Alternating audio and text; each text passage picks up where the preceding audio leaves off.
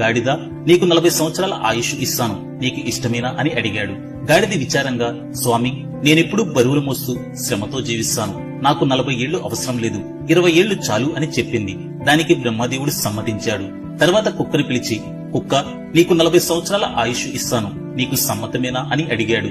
కుక్క వణికిపోతూ, స్వామి, నేనెప్పుడూ ఇంటికి కాపలా కాస్తూ నా యజమాని కోసం జీవించాలి, 40 ఏళ్లు చాలా ఎక్కువ, నాకు 20 సంవత్సరాలు చాలు అని అంది. బ్రహ్మదేవుడు కూడా నిజమే కదా అని అంగీకరించాడు. తరువాత గుడ్లగోబను పిలిచి, గుడ్లగోబ, నీకు 40 ఏళ్ల ఆయుష్ ఇస్తాను, నీకిష్టమే కదా అని అన్నాడు. దానికి గుడ్లగోబ నిశ్శబ్దంగా, స్వామి, రాత్రంతా నిద్ర లేకుండా తిరుగుతూ జీవించాలి, ఇది చాలా కష్టం, నాకు 20 సంవత్సరాలు చాలు అని చెప్పింది. బ్రహ్మదేవుడు తృప్తిగా సమ్మతించాడు. చివరికి మనిషిని పిలిచాడు. మనిషి, నీకు 40 సంవత్సరాల ఆయుష్ ఇస్తాను, నీకు ఇష్టమేనా అని అడిగాడు.